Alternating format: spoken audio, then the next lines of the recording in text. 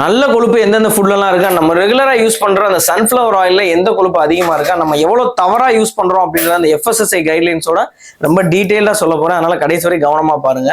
நல்ல கொழுப்பான மூஃபா, அது ரொம்ப அதிகமா இருக்கிற கடலெண்ணெய், பாதாம், எள்ளு அண்ட் ஃபாரின் ஐட்டமான olive oil and avocado even நம்ம கொடைக்கானல கூட விளையுதுன்னு என் பேஷண்ட் கூட சொல்லியிருந்தாங்க.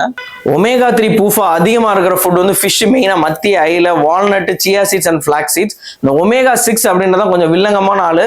அவன் தான் நம்ம sunflower oil, sesame oil, safflower oil இதுல எல்லாத்தையும் அதிகமா இருக்குது.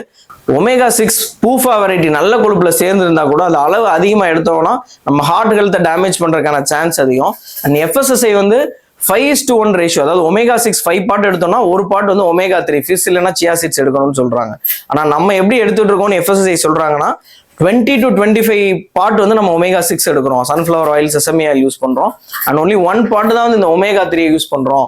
அதனாலதான் நம்ம ஹார்ட் ஹெல்த் வந்து மோசமா இருக்கான வாய்ப்பு இருக்கு அப்படின்னாங்க. நம்ம அந்த டார்கெட் பாப்புலேஷனுக்குள்ள சிக்காம கண்டிப்பா ஹெல்த்தி லைஃபை லீட் பண்றதை யாராலையும் தடுக்கவே முடியாது. இந்த மாதிரி இன்ட்ரெஸ்டிங்கான ஹெல்த் டிப்ஸ்க்கு நம்ம QD ஹெல்த் டாக்ஸை ஃபாலோ பண்ணிக்கோங்க. அண்ட் அடுத்த எபிசோட்ல ஒரு நல்ல கொழுப்பு டிப்போட சந்திக்கிறேன்.